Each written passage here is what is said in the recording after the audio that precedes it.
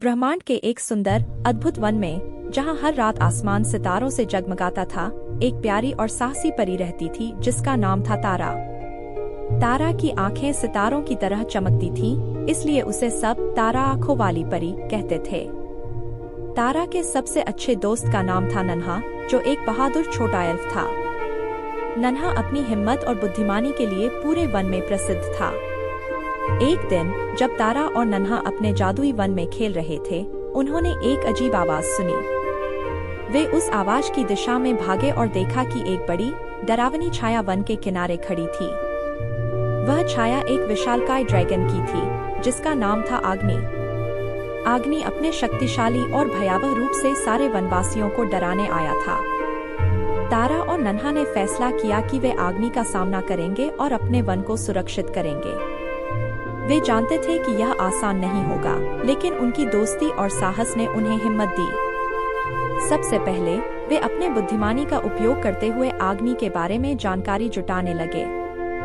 तारा ने अपनी जादुई शक्तियों का उपयोग करते हुए आसमान से तारों की मदद ली, जो उसे आग्नि की कमजोरियों के बारे में बताने लगे।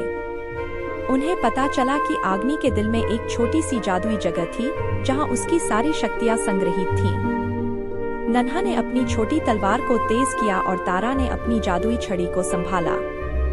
वे दोनों मिलकर एक योजना बनाने लगे। तारा ने तय किया कि वह अपने तारों की रोशनी से आग्नि का ध्यान भटकाएगी, जबकि नन्हा उसकी कमजोर जगह पर हमला करेगा।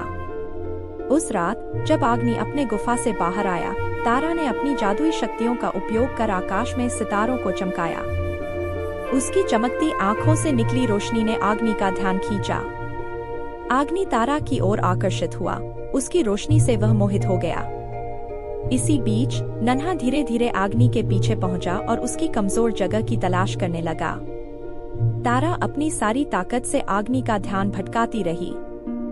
जब नन्हा को वह जादुई जगह मिल गई, उसने अपनी छोटी तलवार से उस पर वार किया।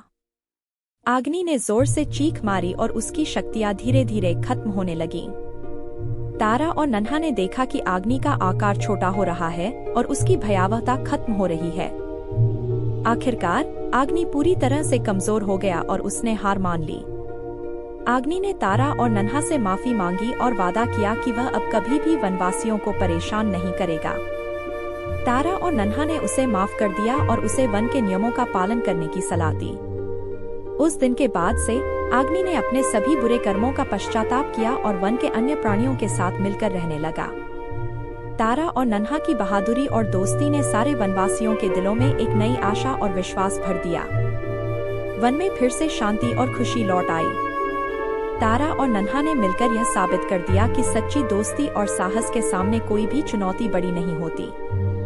वे दोनों हमेशा के लिए वन के नायक बन गए और उनकी कहानी सभी को प्रेरणा देने लगी। इस तरह तारा आंखों वाली परी और बहादुर छोटे एल्फ की कहानी हमेशा के लिए सभी के दिलों में बस गई।